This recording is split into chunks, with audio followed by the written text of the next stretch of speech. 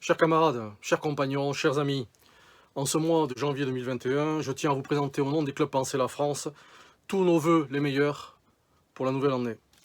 Des vœux adressés à chacun d'entre vous, à vous-même et aux vôtres. Vœux de santé, de travail et de joie qui accompagnent l'amitié, la vie de famille et toute vie sociale épanouie. L'année 2020 fut une année particulière. Elle restera à bien des égards une année importante et une année charnière. Certains d'entre vous, il est vrai, ont perdu amis et parents, dans un contexte parfois honteux, sans pouvoir les accompagner jusqu'au bout sous des prétextes imposés tout à fait contestables. Nous devons avoir une pensée pour ceux des nôtres qui sont partis dans une solitude indigne d'une grande nation. De cette expérience pénible, nous devons tirer des leçons pour le présent et pour l'avenir. Pour le présent, dire combien nous comprenons plus que jamais aujourd'hui que la dignité humaine est la véritable mesure de notre élévation spirituelle, que rien n'est plus essentiel que le respect de la vie, donc de la fin de vie, de ceux qui nous ont précédés, de ceux qui nous ont transmis les quelques valeurs qui sont les nôtres aujourd'hui. Pour l'avenir, dire que plus jamais nous n'accepterons ces conditions d'adieu ignobles. Oui, l'année 2020 a été à bien des égards pénible, mais elle a été une épreuve dont nous devons sortir renforcés. Nous mesurons aujourd'hui avec plus d'acuité le sens de la liberté, de l'amitié, de la famille, peut-être certainement le sens de la vie. C'est riche de toutes ces promesses que nous entrons dans cette nouvelle année. Je tiens, au nom des clubs Penser la France, à adresser bien sûr des vœux à la nation et des vœux à la France. La période qui s'ouvre est une période d'incertitude et d'inquiétude, comme toutes les périodes de transition. Vous le savez, crise magistrale de notre modèle énergétique et environnemental, avec son lot d'interrogations inquiètes. Comment penser progrès et développement, explosion démographique et gestion des ressources naturelles? Faut-il d'ailleurs accepter un impérium techno-scientifique imposé à l'ensemble de l'humanité? Certains en rêvent. Nous pouvons sérieusement douter du bienfait de leur intention. Crise magistrale de notre modèle économique et financier, crise du système monétaire international, crise du système dollar, endettement historique de nombreux États développés, apparition de nouveaux types de monnaies échappant aux États pour les concurrencer. Dans le même temps, nous découvrons par miracle des offres de financement insoupçonnables de centaines de milliards d'euros qui, hier encore, manquaient tant à la sauvegarde modeste, toute modeste, de nos services publics. L'endettement sans fin devient ainsi la panacée d'un système capitaliste viré en nef des fous. Toi qui prétends vivre d'emprunt, les loups n'oublieront pas le terme. Égare au coup de pied de l'âne, écrivait il y a déjà plusieurs siècles Sébastien Brandt, dont nous fêterons d'ailleurs en 2021 le 500e anniversaire. Enfin, et ce n'est pas la moindre, crise magistrale de notre système politique représentatif qui ne représente plus ni l'intérêt de notre peuple, ni l'intérêt de notre nation. Les Français n'y comprennent d'ailleurs plus rien. Tous les processus de décision sont pervertis par des mécanismes financiers européens qui nous échappent. Au même moment, une politique d'intégration continentale européenne s'impose à marche forcée. Les Français n'en veulent pas. Ils le disent et l'ont feint de ne pas les entendre. Jusqu'à quand ce viol de la nation ? Encore tout récemment, n'a-t-on pas vu les deux départements du Haut et du Bas-Rhin fusionner pour former une collectivité territoriale nouvelle, collectivité européenne d'Alsace, contre l'avis même des citoyens consultés? Et vous vous souvenez bien sûr du référendum de 2005, suivi du vote contraire du Congrès en 2008, une forfaiture. Quand les Français disent non, les élites européistes entendent oui. Ainsi va le sens de l'histoire. Caricaturé au service de l'intérêt de quelques-uns contre l'intérêt de notre peuple. Le peuple? Mais à quoi ça sert?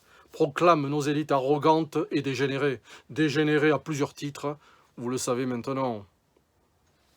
Dans ce monde clos, où médias, classe politique, milieu d'affaires dansent une ronde diabolique, tout semblait pouvoir tourner sans fin au service des mêmes. Et voilà que patatras. Voilà que surviennent deux incidents systémiques qui ont paralysé l'immense machinerie diabolique. D'une part, la crise du Covid-19 et d'autre part, la présidence américaine de Donald Trump. Il nous faut en dire quelques mots. La crise du Covid-19 tout d'abord. Depuis des siècles, notre vieux pays, riche de son histoire sanitaire, sait bien qu'une pandémie se combat classiquement par deux mesures essentielles. Dépistage massif de la population, isolement des malades que l'on soigne. Or, vous le savez, La France n'avait ni test de dépistage, ni masque de protection, vous connaissez la suite. Un an après les tests, les masques, aujourd'hui, les vaccins. Manque d'anticipation des contraintes logistiques, insuffisance des outils numériques, absence de lieux ad hoc, absence de doses, absence de vaccins français dans la patrie de Pasteur, un comble. Et alors même que l'industrie pharmaceutique coûte aux Français un pognon de dingue. Fiasco, scandale d'État, mensonge d'État, avec un empilement de structures incroyables. Conseil de défense sanitaire couvert par le secret défense, tiens donc. Haute autorité de santé, conseil scientifique, direction générale de l'offre de soins, direction générale de la santé, direction générale de la cohésion sociale en charge des EHPAD, auxquels il faut rajouter les différents responsables des campagnes de vaccination, la CNAM, les ARS. Et cerise sur le gâteau, un conseil citoyen tiré au sort. Si on voulait ridiculiser la France, ridiculiser son État, on ne s'y prendrait pas autrement. Heureusement, nous avons un leader qui ne mâche pas ses mots. Il est furieux contre le président de la République. Ce n'est pas à la hauteur ni du moment ni des Français, nous dit-il. Moi, je fais la guerre le matin, le midi, le soir, et j'attends de tous le même engagement, proclame le grand leader Emmanuel Macron, furieux contre le président de la République. On rit, mais pas trop. À la fin 2020, seuls 44% des Français se disaient prêts à se faire vacciner. La France était 30e sur 32 pays interrogés. Moins de 40% des Français disaient avoir confiance en l'État et son administration. C'est bien sûr l'objectif. Détruire le cœur de la France, son État. On rit toujours, mais pas trop. Les déclarations contradictoires, les mensonges, le bal des hypocrites et des faux culs, le ridicule à un point insoupçonnable, voilà notre situation. Sans oublier les disparus. Madame Buzyn, la mal nommée, et l'inénarrable Sibeth Ndiaye, la bien nommée, et tant d'autres, les Salomon, Véran, Castex, Castaner, et tous ces médecins et professeurs intéressés directement par les grands laboratoires, notamment les professeurs Lacombe, Rey et Raffi. Mais quelle indignité! Tout cela prêterait à sourire si n'était cette grossièreté. C'est le règne du but-roi où la France se transformait en absurdistan. Un gouvernement, puis deux, on ne sait même plus qui tient parmi tous ces hableurs, ces indolents, le rôle de croquignol, filochard ou ribouledingue. Une vraie bande de pieds nickelés. Cette ironie que cultivent tous les peuples forts, qui raillent depuis toujours ceux qui prétendent les diriger, doit néanmoins être dépassée. Il nous faut accéder par la raison politique à l'analyse politique de notre situation. Laquelle est-elle? Oui, la responsabilité des pouvoirs en place est totale. Sourds aux appels des professionnels de santé, les pouvoirs en place ont obstinément poursuivi la transformation des services publics et de leur mission, mise en œuvre insidieusement et vigoureusement par des agences gouvernementales chargées de les convertir aux logiques néolibérales, dénonce avec raison l'intellectuel et psychanalyste Roland Gori. Et cette responsabilité, il la taise, bien sûr, celle de la crise de l'hôpital et de ses dispositifs de soins générés par leur politique d'austérité, produisant des brèches dans le système de protection des populations et dans lesquelles le virus a pu s'infiltrer. Pire, l'hygiène devient une morale et une pédagogie des conduites. Elle permet la mise en place de dispositifs de surveillance, de contrôle et de normalisation dans la conduite des individus, dénonce une nouvelle fois Roland Gori. Et le tout imposé par des gouvernements technocratiques, les pires, avec leur langage administratif, de ceux qui accompagnent l'effondrement de l'esprit, incapables de prononcer une seule phrase qui ne fut pas un cliché, comme le dénonçait déjà en son temps Hannah Arendt. Fascisme, proto-fascisme, notre système politique n'est plus démocratique. D'ailleurs, tout le monde le constate. Les gouvernements se succèdent et rien ne change. C'est du nouveau toujours vieux et du vieux toujours nouveau, selon la formule jamais démodée d'Auguste Blanqui. Le summum de cette hypocrisie étant atteint par M. Castex en personne, lui qui officia auprès de Nicolas Sarkozy, au service d'une politique de destruction de l'hôpital public français, soumis à une véritable dictature néolibérale. Il se présente aujourd'hui devant les Français comme le sauveur rigoureux et bien intentionné du mal qu'il a lui-même infligé à notre nation. Un peu de fierté, un peu de décence appellerait ces hommes à faire pénitence, à gagner quelques vieux monastères français où ils pourraient implorer le pardon de tous, mais non. Ces hommes, sans colonne spirituelle et morale, n'ont honte de rien. Après la gestion du Covid-19, il nous faut examiner le cas Donald Trump. Les Français ont tous détesté Donald Trump et ils ont aimé le détester. Pourquoi cette bévue?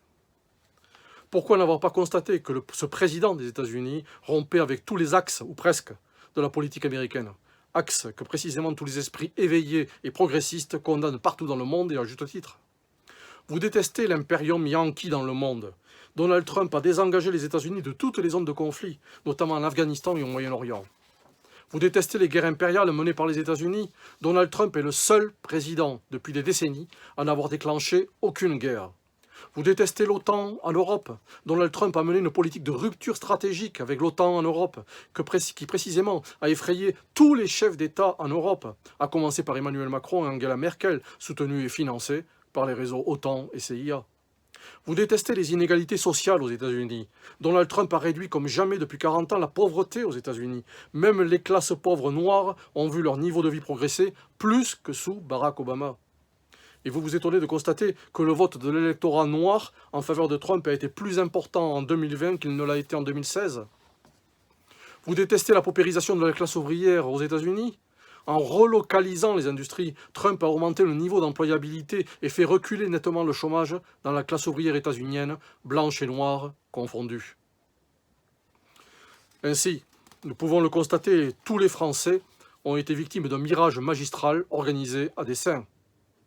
Tous les Français ont obéi aux injonctions trompeuses de nos médias qui, depuis 2016, ont rabâché des contre-vérités et mis l'accent sur une personnalité atypique, tonitruante, seule capable de mettre au pas toute la classe politique américaine qui, de droite et de gauche, règne à Washington au mépris total du peuple américain, car cette caste a d'autres ambitions planétaires, avec BlackRock, Bytech, FinTech, Citigroup, Google Finance, Apple, Goldman Sachs, alliés aux GAFAM et à Wall Street. Comment ne pas comprendre que Donald Trump a mené un combat, celui-là même que nous devons mener ici, en France, contre des élites totalement corrompues et entièrement financées par les mêmes réseaux transatlantiques? Vous en doutez? Pour quelles raisons croyez-vous que Barack Obama et Hillary Clinton ont appelé à voter pour Emmanuel Macron en 2016? Pour quelles raisons croyez-vous qu'Emmanuel Macron a tout de suite célébré Joe Biden en pleine nuit le 7 janvier 2021, posant honteusement devant leur nouveau trophée, le drapeau américain? Mais pourquoi les Français ignorent-ils à ce point notre réalité? Les raisons qui poussent l'ambassade des États-Unis à Paris à financer depuis la présidence de Nicolas Sarkozy des programmes de développement des minorités dans les banlieues françaises, entretenant ainsi le sentiment revanchard et haineux envers la France. Les raisons qui ont poussé, en 2016, François Hollande, Laurent Fabius et Manuel Valls à autoriser la réouverture de bases OTAN sur le sol français, une première depuis 1967. Pour quelles raisons? Si ce n'est parce que toutes ces élites françaises sont étroitement liées aux forces que précisément Donald Trump a combattues avec ardeur, car elles méprisent là-bas le peuple américain, ici le peuple français. Et quel spectacle pitoyable, encore récemment, de voir toute notre jeunesse, ou presque, défiler dans les rues françaises sur injonction des Black Lives Matter, comme si l'histoire des Noirs aux États-Unis avait quelque chose à voir avec l'histoire des Noirs en France, oubliant ainsi, il faut le rappeler une fois de plus, qu'en France, sous la Troisième République, on élisait des députés noirs au Parlement français alors qu'ils étaient brûlés vifs ou lynchés aux États-Unis. Et d'ailleurs, ce n'étaient pas des députés noirs, mais avant toute chose, bel et bien des députés français, des citoyens français, représentants de la nation. Que cela plaise ou non, notre histoire française est bien plus glorieuse que celle des États-Unis sur ce sujet comme sur beaucoup d'autres. Mais qui donc cherche à illusionner notre jeunesse, à l'instruire à une réalité malsaine? L'état de conscience politique des Français est déplorable. Notre peuple ne comprend plus rien sauf qu'il est floué. Ses représentants, ceux de la majorité comme ceux de l'opposition, entretiennent une immense supercherie. Aucun des leaders contestataires imposés par les médias n'est à la hauteur des enjeux. Ni Jean-Luc Mélenchon, ce révolutionnaire de salon, parlementaire depuis 30 ans, qui injurie le président de la République, puis court se vautrer à ses pieds comme un vulgaire caniche. Vous vous souvenez tous de ces images indignes à Marseille. Elles révèlent la nature profonde de cet homme corrompu et la nature de leur jeu, une répartition des rôles. Ni Marine Le Pen, véritable satrape, héritière du parti paternel avant d'en évincer tous ses fondateurs. C'est moderne, mais c'est indigne. Et surtout, cela en dit long sur la nature de cette personne qui s'épuise en médiocrité tant intellectuelle que morale. Il n'y a plus de leader d'opposition pour le plus grand bien de ce système vicieux. Alors fini la France? Non. De tout cela, nous pouvons sortir par le haut, même si nous devons passer par quelques soubresauts. La France en a vu d'autres. Il nous faut réveiller le sentiment national chez les Français et nous préparer à renverser le jeu. Et le plus sûr moyen de renverser le jeu, c'est de renverser la table. C'est ce qui explique notre présence sous l'Arc de Triomphe en feu un certain 1er décembre 2018. C'était l'immense joie du peuple retrouvé chantant la Marseillaise. C'est cela la France. Quand sonne l'heure de la trahison puis de l'abandon, toujours le peuple se lève. 1789, 1793, 1830, 1848, la Commune de Paris, comme la Fraternité des tranchées de 14, les combattants de l'ombre, ceux de la résistance française qui tombèrent fusillés en hurlant « Vive la France !» Oui, de semblables moments approchent. Où que vous soyez, qui que vous soyez, tenez-vous prêts. Pour terminer ces vœux, il nous faut reparler de la France, c'est notre conclusion. Mal dirigée par des hommes indignes qui ne l'aiment pas, qui ne l'aiment plus, la France est aujourd'hui une nation malheureuse. Car la France est une nation qui ne supporte pas la médiocrité spirituelle. Elle est la patrie de la liberté-action, la patrie de l'égalité-action, la patrie de la fraternité-action. En dessous de ce triple objectif élevé, la France meurt. Comme on s'éteint d'avoir perdu toute raison d'être à soi, d'être au monde, plein de ce vague à l'âme, empli d'un sentiment intime et amer, le reniement de son propre destin. La France est une grande nation, portée par un grand peuple, pour peu qu'on lui assigne le service des grands idéaux, ceux qui portent l'entière humanité. La France ne survivra qu'à cette condition, plus une. Il faut redonner le pouvoir au peuple, car seul le peuple est le souverain. À tous les Français en lutte, à tous ceux qui servent la France sur tous les théâtres du monde, et à tous ceux des Français qui se désespèrent, nous vous disons, le vent se lève. Bonne année 2021 à chacune et chacun d'entre vous, et bonne année 2021 à la France. Merci.